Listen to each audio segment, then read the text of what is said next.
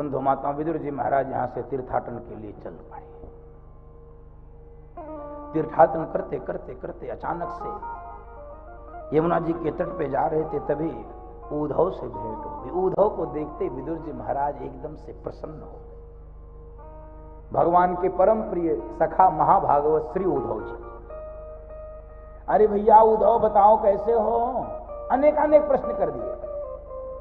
उस महाभारत का क्या हुआ, मैं तो बीच युद्ध में ही छोड़कर चला आया था। और द्वारिका में कौन कौन है?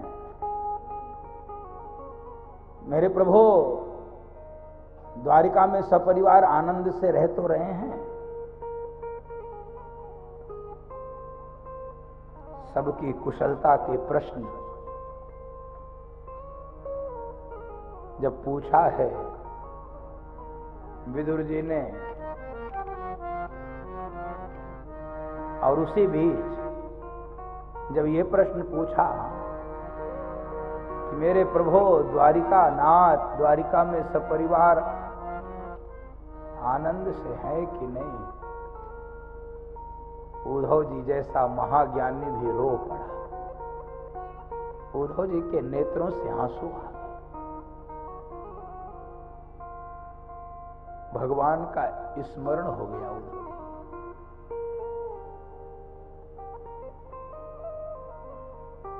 विदुर जी, महाभारत के युद्ध को आप जाने नहीं? कौरव पराजित हुए, पांडव विजयी हुए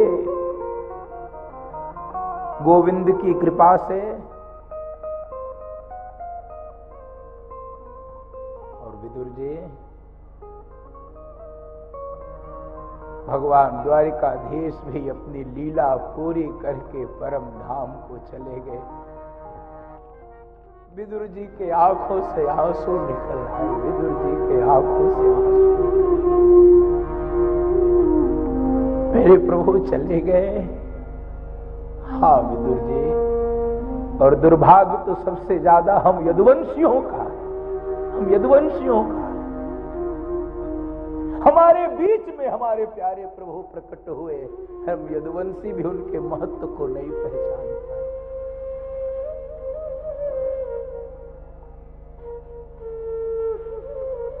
लेकिन विदुर जी, प्रभु ने बहुत बड़ा बोझ हमको देकर भेजा है। प्रभु ने कहा था कि उद्धव, मैं जब हस्तिनापुर गया था, विदुर काका और विदुरानी काकी ने मेरी बहुत सेवा की थी। मैं उनको कुछ दे नहीं पाया, उनको धन्यवाद भी नहीं बोल पाया हूं। कभी विदुर जी मिलेंगे तो मेरा उनको दिव्य उपदेश कह देना, और कह देना कि द्वारिकाधीश विदुर काका को स्मरण कर रहे। बंधु माताओं, ऐसा आंसुओं का बाढ़ आ गया है। उद्धव जी रो रहे, बोलते बोलते, विदुर जी सुनते सुनते रो रहे। उद्धव भैया, मेरे प्यारे प्रभु मुझको याद करके गए और कह रहे थे कि अरे कुछ भी सेवा नहीं कर पाया, मैं कुछ भी सेवा नहीं कर पाया। वो तो विदुरानी हमसे कहती थी कि सुनिए, आपको प्रभु काका कहते हैं, क्या कभी मेरे कान भी प्रभु के मुख से काकी सुन सकते हैं क्या?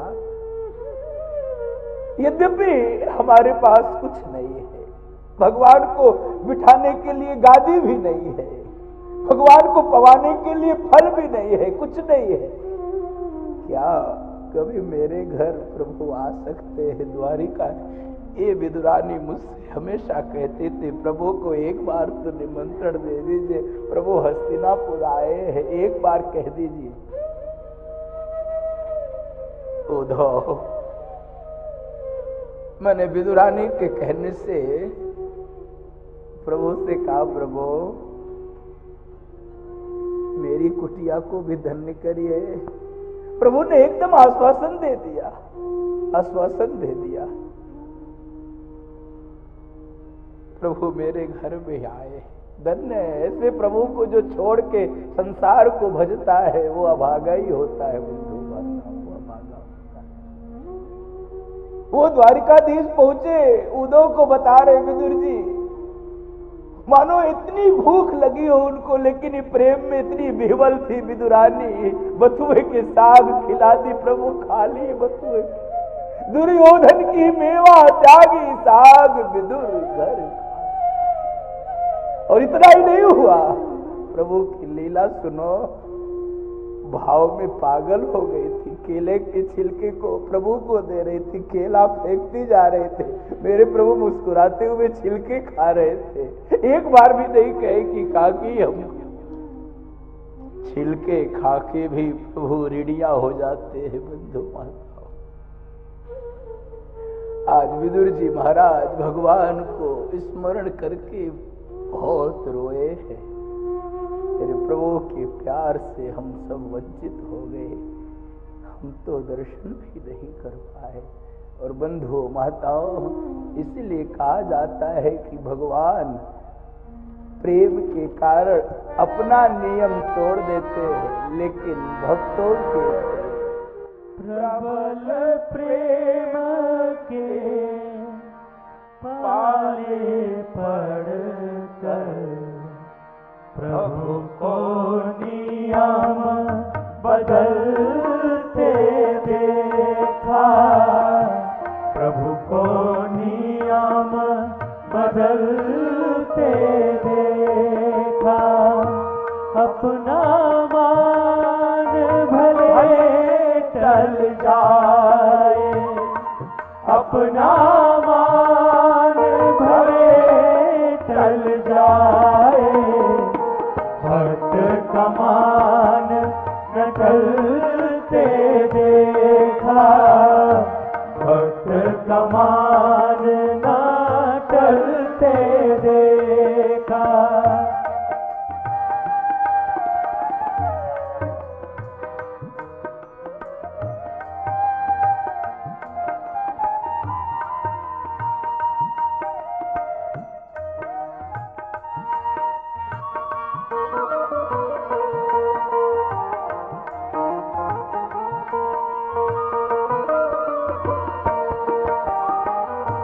जिसकी केवल कृपा दृष्टि से सकल विश्व को पलते देखा, जिसकी केवल कृपा दृष्टि से सकल विश्व को पलते देखा।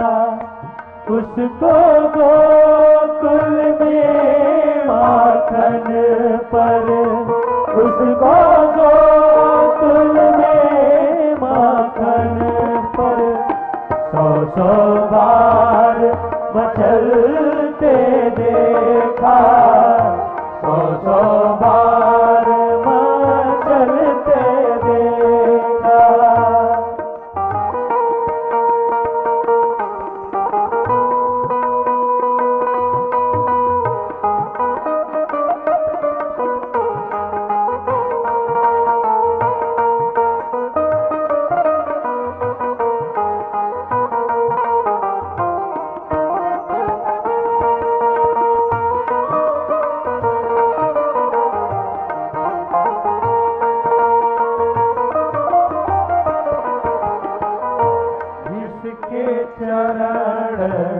कमल कमला के करतल से ना निकलते देखा, जिसके चरण कमल कमला के करतल से ना निकलते देखा। कंटक पथ पर चलते देखा, प्रबल प्रेम के पाले पड़कर प्रभु को नियम बदलते देखा, प्रभु को नियम बदलते देखा, प्रभु को नियम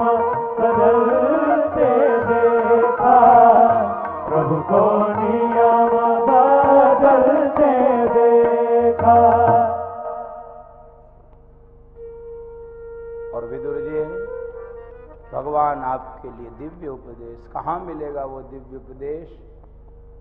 उद्धव जी ने कहा, मैत्रेय मुनि आपको मिलेंगे, उस दिव्य उपदेश को सुनाएंगे। और बंधु माताओं, कहाँ मिलेंगे, कैसे मिलेंगे? उद्धव जी ने कहा, जाइए गंगा जी के तट पर मैत्रेय मुनि से भेंट होगी।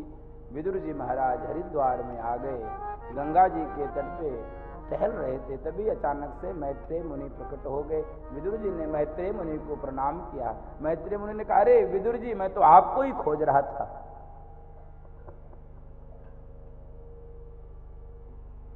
भगवान आपसे ही मिलने के लिए मुझे बोले थे, प्रभु ने आपको ही उपदेश देने के लिए बोला था।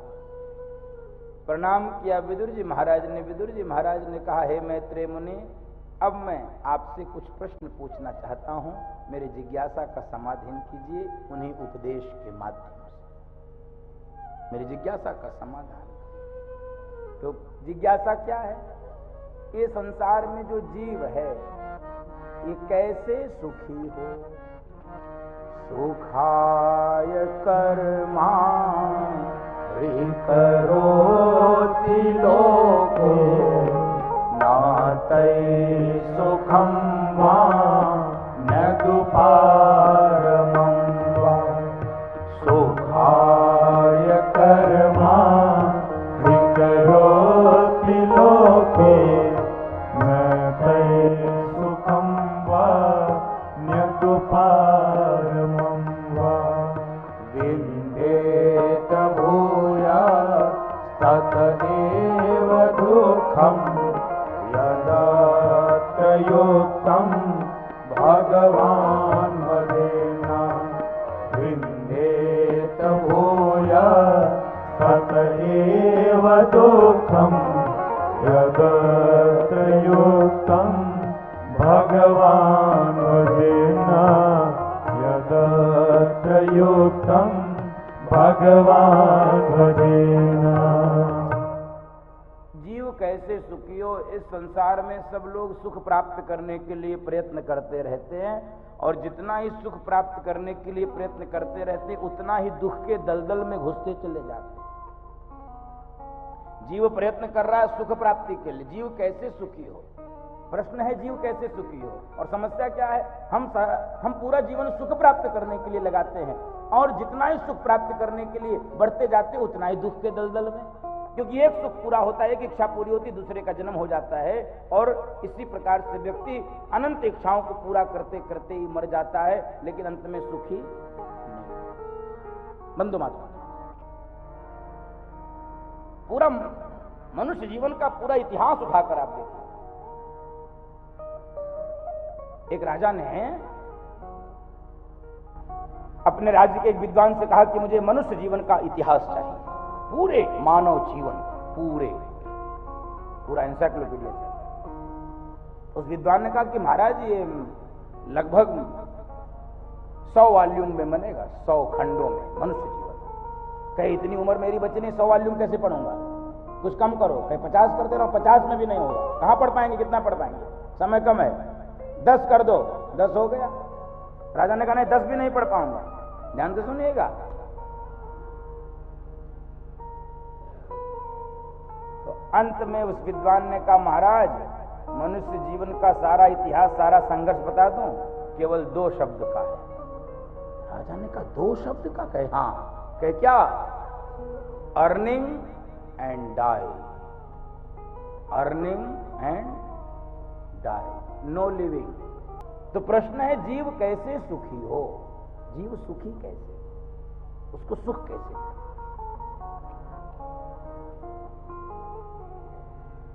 मैत्रेय मुनि ने कहा, विदुर जी, आप साक्षात धर्मावतार हैं, आपका प्रश्न जगत के कल्याण के। जीव सुखी कैसे? हम सुख भी उसी प्रकार से खोजते हैं जैसे मृग मरीचिका। जैसे रेगिस्तान में हिरन दौड़ते हुए जाता है, दूर उसको लगता है जल होगा, और जब वहां दौड़ के पहुंचता है तो वहां भी जल। तो मृग मरीचिकावत ही संसार में हम सुख ढूंढ रहे हैं। गर्मी के दिनों में हाईवे पे चलिए, आपको लगता है कि नहीं 5 किलोमीटर बाद लगता है वहां पर सड़क पे पानी है, और जब 5 किलोमीटर बाद वहां पहुंचते हैं तो पानी दिखता है, पानी होता। इसलिए संसार में जो हम सुख खोज रहे हैं तो सुख हमको दिखता है, लेकिन सुख वहां होता, सुख की प्रतीति होती है, सुख वास्तविक सुख वहां होता नहीं है। तो ऐसे ही वास्तविक सुख को हम छोड़कर हम नकली सुख में पड़े हैं, ये मैत्रेय मुनि कहते हैं विदुर जी से। परमात्मा ने तो हमको सुख स्वरूप बनाया है, परमात्मा ने हम लोगों को सुख स्वरूप बनाया है। गोस्वामी जी की चौपाई याद करो, आपका परिचय होगा वास्तविक। ईश्वर अंश जीव अविनाशी, ईश्वर अंश जीव अविनाशी, चेतन अमल सहज सुख राशि, चेतन अमल सहज सुख राशि। हम सहज ही सुख की राशि हैं, हम परमात्मा के अंश हैं, ईश्वर अंश जीव अविनाशी।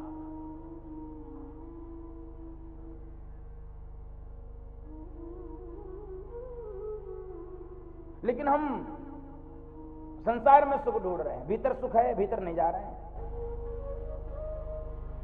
कस्तूरी मृग के पास होती है, लेकिन वो दौड़ दौड़ कर खोजता रहता है। सुख हमारे भीतर है, हम संसार में खोज रहे हैं। और जब संसार में सुख खोजते हैं तो परमात्मा ने संसार पे बोर्ड लगाया, उस बोर्ड को पढ़ते नहीं है। जैसे दुकानदार अपनी दुकान के बाहर बोर्ड लगाता है, कपड़े की दुकान, मिठाई की दुकान, दवाई की दुकान, तो परमात्मा ने भी बोर्ड लगाया, उस बोर्ड को पढ़ते नहीं। इसलिए भीतर चले जाते हैं, सोचते हैं हाँ सुख मिल जाएगा, सुख मिलेगा, क्या बोर्ड को हमने पढ़ा नहीं।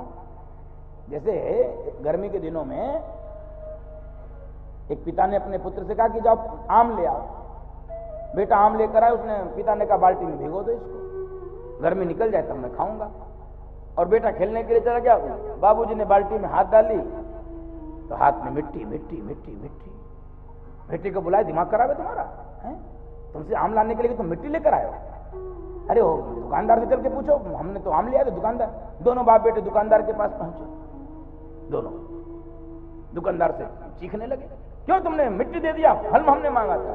उसने कहा बाबूजी दुकान के बाहर बोर्ड तो पढ़ लो। दोनों बाप बेटे बाहर बोर्ड पढ़े तो लिखा था नकली फलों की दुकान, जो आप अपने ड्राइंग रूम में सजाते हो, अपने डाइनिंग टेबल, टोकरी में आम सेब शरीफा रखे तो रहते हैं, लेकिन होते किसके हैं वो? मिट्टी। तो मिट्टी पानी में जाएगा तुम्हें। ऐसे ही परमात्मा ने संसार को बनाया तो बोर्ड लगा दिया गीता में, दुखमालयम अशाश्वतम। गीता जी में वर्णन है, ये संसार क्या है? दुखालय। अब दुखालय में सुख कैसे मिलेगा? आप कपड़े की दुकान पे जाकर कहो कि जरा 1 किलो लड्डू दे दो, लड्डू मिलेगा कपड़े? और मिठाई की दुकान पे जाकर कह दो कि भैया हमको जरा 1.25 मीटर लाल कपड़ा दे दो, मिलेगा? नहीं। सब्जी की दुकान पे जाकर कह दो हमको जरा पैरासीटामॉल दे दो, मिलेगा? मिठाई की दुकान पे मिठाई, दवाई की दुकान पे दवाई, कपड़े की दुकान पे कपड़ा, फल की दुकान पे फल, सब्जी की दुकान पे। हम इस संसार में सुख खोज रहे हैं, सुख है भीतर, वहां से हमारा कोई कनेक्शन नहीं है। और हम संसार में सुख, आप खूब विचार करके देख लीजिए, कोई एक व्यक्ति सुखी आपको दिख जाए तो जीव कैसे सुखी हो, ये प्रश्न है। और इस संसार में लोग सुख ढूंढ रहे हैं, सुख है नहीं, क्योंकि परमात्मा ने बोल्ड बना दिया, लगा दिया संसार में, दुख मालयम अशाश्वतम। ये संसार तो दुखालय है, तो दुखालय में सुख कैसे मिलेगा?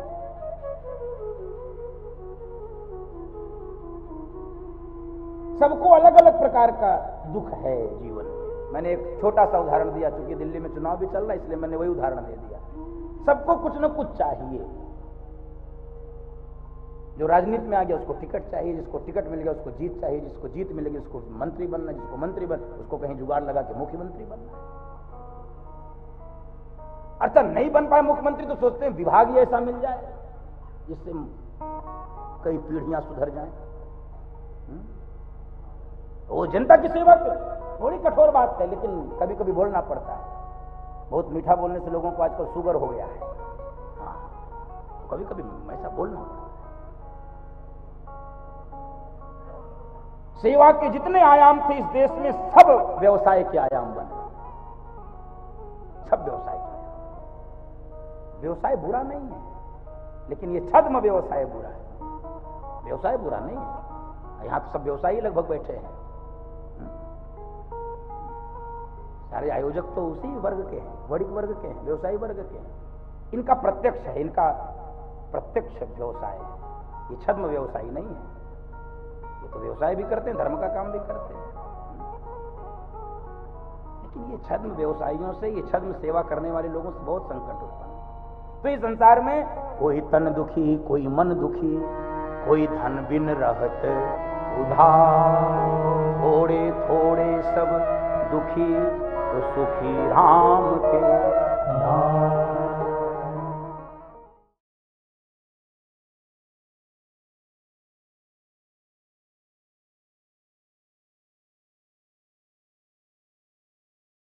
आनंद टीवी से जुड़ने के लिए आप हमें व्हाट्सएप करें 9277395752 पर।